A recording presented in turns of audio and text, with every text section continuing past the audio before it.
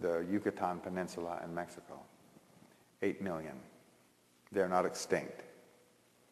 Not a lot of them follow their ancient traditions anymore, but some do. Then there's another calendar, another Mayan calendar. This calendar was celebrated every single day. Every morning, there was celebrations. Yeah. Question. Yeah. Microphone, please. You just made a statement.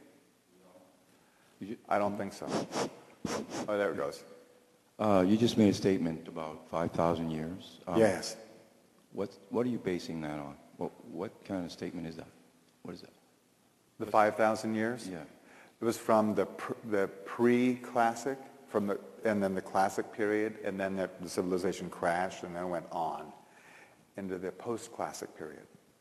So it was the blending of the Olmec and the Maya.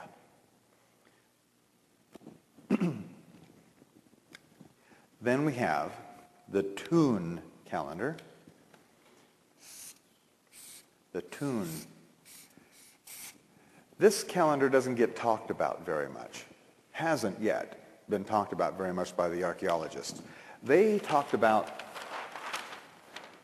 when you hear about the archaeologists talk about the Mayan calendar, they usually, or the Aztec calendar, they're actually talking about this Hob calendar. It's the one that they understood.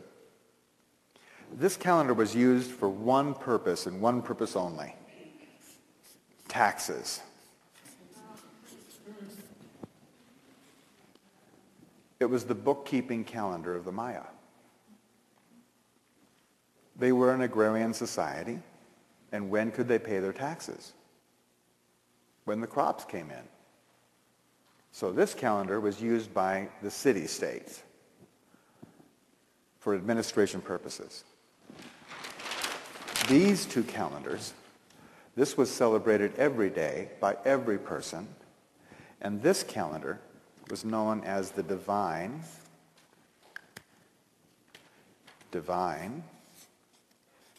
or prophetic calendar of the Maya. Have you heard about the Mayan prophecies and how phenomenally accurate they are and have been? This calendar, this Tune calendar, is where those prophecies were generated. It is a 360-day calendar.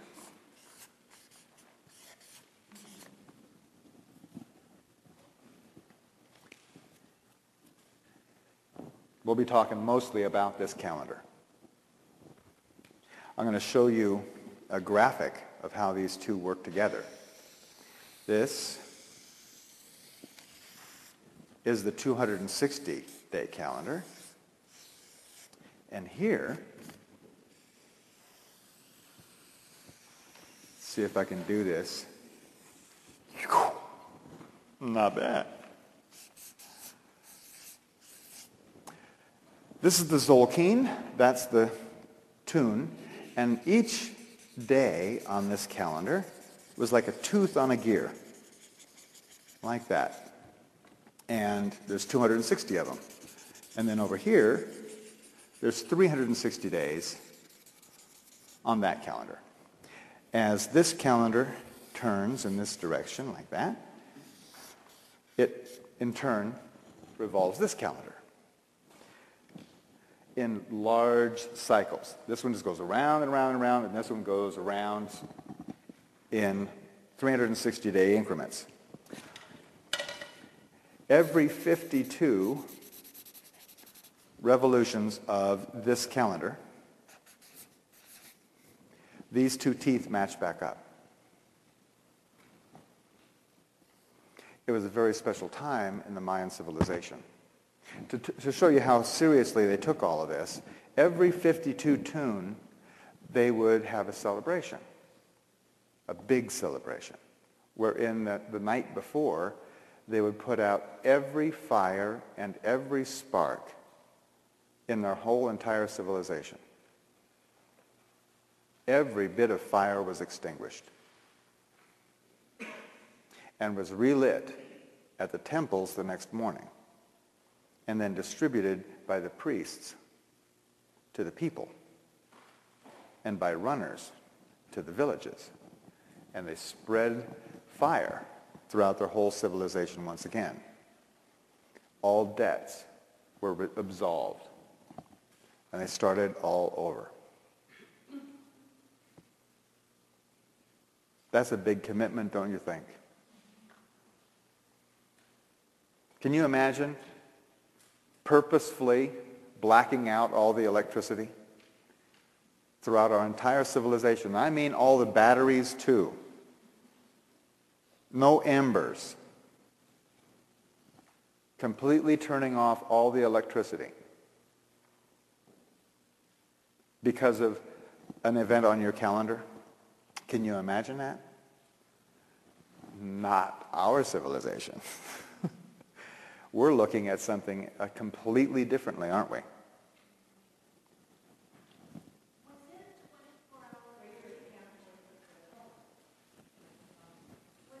When they put out every single fire, was it a 24-hour period that they went from? Like, how long a period was it that you said, like, from, was it dawn to dusk or what? Yeah. It was put out at night and then started the next morning. All of them every fire was extinguished from like noon on. They put out all the fires, so that night there was no fire. Okay? By the way, an interesting point that I'll touch on it now. We may cover it a little bit more in depth later. The Maya divided each day into 13 hours, not 24 hours. 13 hours. And then they divided those 13 hours, notice 13 intentions. Then they divided the 13 hours into what we would call minutes. Then they divided those 13 minutes into what we would call seconds. And then they divided those 13 seconds by 13, and that by 13, and that by 13, and that by 13, and 13, and 13, and 13, to where every single moment was individually divided by 13. Infinitely. That was their understanding. So, this was very, very central to the Mayans' understanding. Note, there are no planets or moons or anything going around our sun every 260 days. There are no planets or moons or any objects going around every 360 days either. Although I guess it's a coincidence that every planet and every galaxy throughout the whole universe, all of them spin in 360 degrees.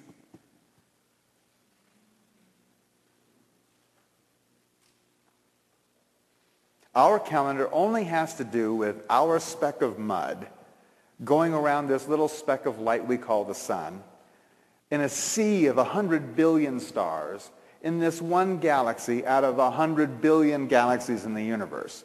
So how big is our calendar? Our calendar is completely insignificant. On the other hand, these guys were looking at something a lot bigger. Now, there's a fella by the name of Carl Johan Kalaman. He's a Swedish microbiologist. For 30 years, he's worked in laboratories, looking through microscopes at smaller and smaller particles or parts of life. Okay, very exacting, meticulous work. Most of his work had to do with entomology, with pollution and its effects on the cell and how it causes diseases. That's most of his work. And he was inspired by a visit down to the Maya lands to start studying the Mayan calendar. He took it up as a hobby to begin with, but he started studying it with his clinical techniques to find out what he could prove about the calendar rather than what he thought or conjectured about the calendar, which is what's all been going on so far. All the archaeologists have their own idea, and they kind of match up with other people's ideas about what this was all about. Mr. Coleman took a different route.